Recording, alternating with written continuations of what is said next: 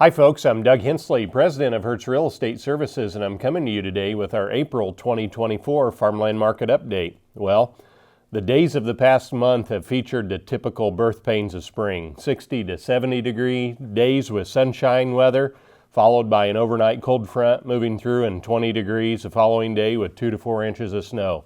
For sure, the daffodils that pushed through in early March with the nice weather and warm temps got their head knocked off the last week of March, with several nights of sub-freezing conditions. Fortunately, in addition to the up and down temps, we have received some really beneficial rains across most of the Midwest over the past 4 weeks. For those areas that have been dealing with multi-year dry and drought conditions, the recent rains have not been a drought buster, but they sure are helping. The other positive development of the past month has been that our grain markets seem to have finally found a bottom.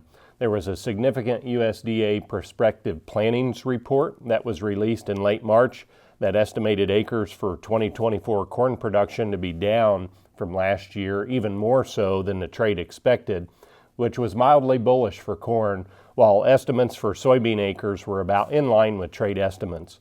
It's important to know that both corn and soybeans are currently trading at or near break-even price points, so you'll want to place your orders for both a sharp pencil and favorable weather to make 2024 a financial success. In our land sales business here at Hertz and across the marketplace, we're just wrapping up another successful winter land sale season. This is always a time of year where the focus of the market transitions to spring planting activities. And once the crop gets planted and emerged, that focus will begin to shift back as we now approach summer and the rollout of several early summer sales. The land market of this past winter, which I'll define as the past 4 to 6 months, has been one of transition. Everyone knows that commodity prices have cut profitability as we look into the 24 growing season.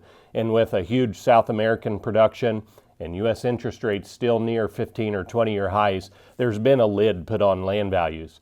It's a really interesting time because there's still plenty of strength and liquidity in the country if that perfect farm does come to auction, but producers and investors are protecting their liquidity in a different way than they were a year ago. So while I'm still bullish on farmland in the long term, my horns may be just a little smaller in the short term. The recent Iowa Realtors Land Institute survey confirmed that anecdotal market intelligence, with their finding that Iowa farmland is off around 3% from last September. You can, of course, find lots of surveys in Illinois, Minnesota, and Nebraska and other places that show land values slightly higher or slightly lower, but suffice to say, everyone in this market knows that we're not currently making new highs. The fact that we live and work in a marketplace ensures that where we're at today will change one way or another in the coming months, and we will be helping you stay on top of all of it. So as always, if you have specific questions about your farm or how it fits in the market, please reach out to us anytime at 800-593-LAND. That's 800-593-5263, or message us through the website at hertz.ag. Enjoy the spring weather, folks, and I'll see you again soon.